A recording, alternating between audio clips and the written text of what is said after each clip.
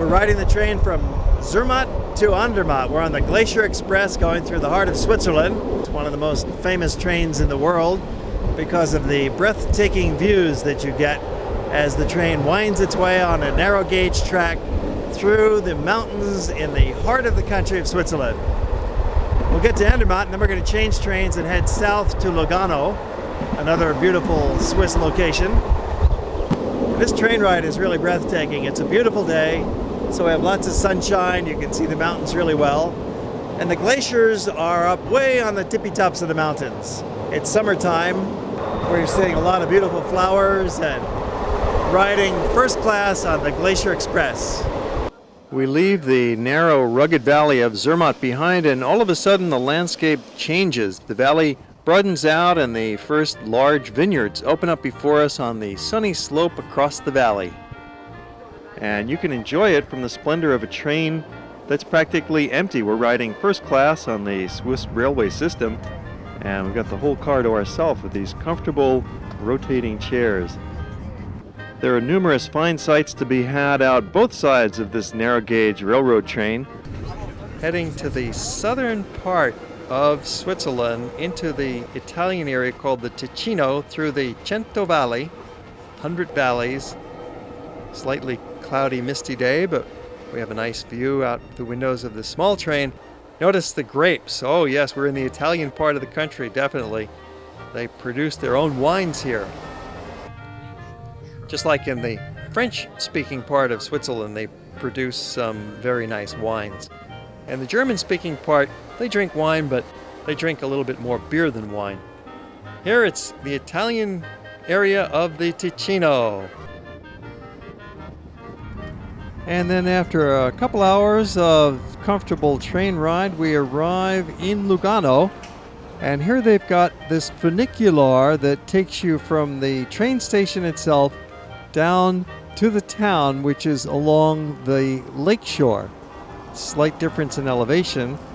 Well, you don't have to walk it and you don't need to hire a taxi. You just buy a ticket on this little tram and in a few minutes you're in the heart of town. This is a very pretty little resort town, and you'll notice the streets here are very narrow. There's no cars allowed in this part of the old town. It's strictly for pedestrians, which always makes it lovely for a stroll, very safe for the families, nice and quiet and peaceful here. And there's a few little hotels that are sprinkled around in the old town, and of course some excellent restaurants. You can have some pizza, pasta. The food's Italian, they speak Italian, and yet, yes, we're in Switzerland. And you can see the old town here has got an extensive arcade with lots of restaurants and ice cream shops, cafes, and little stores to poke around in. Well, you know, one of the greatest of all travel pleasures is the simplest thing, and that is walking around and looking at the center of town, especially when you've discovered a new place for the first time, and especially when it's so charming with the outdoor markets and the piles of bread and the cheese. It's great. This is Dennis Callan for the Hawaii Geographic Society taking you to Lugano. We're in southern Switzerland in the heart of the Ticino, which is the Italian-speaking part of Switzerland. And it's the combination of the best of both worlds. We have the efficiency of Switzerland, we have the culture of Italy, we have the cleanliness of Switzerland, we have the romance and cuisine of Italy. We have this beautiful lakefront and an amazing medieval town. You see the cloisters behind me. This is arcaded sidewalks, actually, and it protects you from the sun or the rain. A nice place for just simply strolling. The heart of the old town of Lugano is about 10 square blocks, and then the city continues on for another mile or so in each direction. But it's a small city. Population is only about 35,000. So you really get a comfortable feeling here in Lugano. The people are friendly. You get the feeling it's very safe, and it's very scenic, very picturesque. And then there's the surrounding villages. You can take boat rides to several different places along the lake. There's Gandria, which is a little hillside stone village. Goes right down to the lake. There's Morcote, which is a little village along the lake with beautiful arcades. There's a Switzerland in miniature attraction, and just the boats themselves for the sheer fun of it. And so we go down to the pier on Lake Lugano in the town of Lugano and wait for the boat to arrive. It's very easy to ride these Swiss lake boats. You just go to the ticket booth and they'll explain to you the different prices, the different options, and the price depends on how far you want to go. On some of these boats, they've actually got first class tickets and second class tickets, but this is a smaller boat, so it's all one class affair.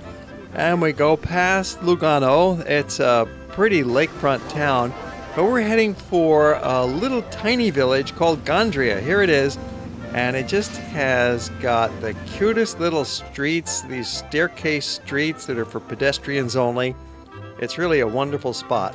If you'd like to give us a call and get some free information about the Hawaii Geographic Society, you can call us now. Our phone lines are open at 528-4411, and we'd be happy to send you out the free brochure that tells you all about our trips and activities. We travel throughout Europe several times each year and photograph these trips and bring them back to you as more episodes of World Traveler. And all of our tours are open to the general public. We have a popular trip that goes from Rome to London by train, visiting Florence and Venice and Lucerne and Paris along the way. And we have different regional itineraries. We go to Central Europe, visiting Vienna, Prague, and Budapest, and Munich and Heidelberg and Salzburg, and all over the world. So give us a call and we'll send you out the information. Well, some of us got off the boat back in Lugano, back into town, and others stayed on the boat. So let's continue along on our little boat ride. There it is. There's our little boat. Actually, we're at Switzerland in miniature, just on the outskirts of Lugano, and we've come to see this wonderful little reconstruction of the country. They've got different towns and villages. They've got some landmarks. Here's the Titless cable car ride that we were on earlier. And they've got different buildings. Here's Lucerne with the covered wooden bridge.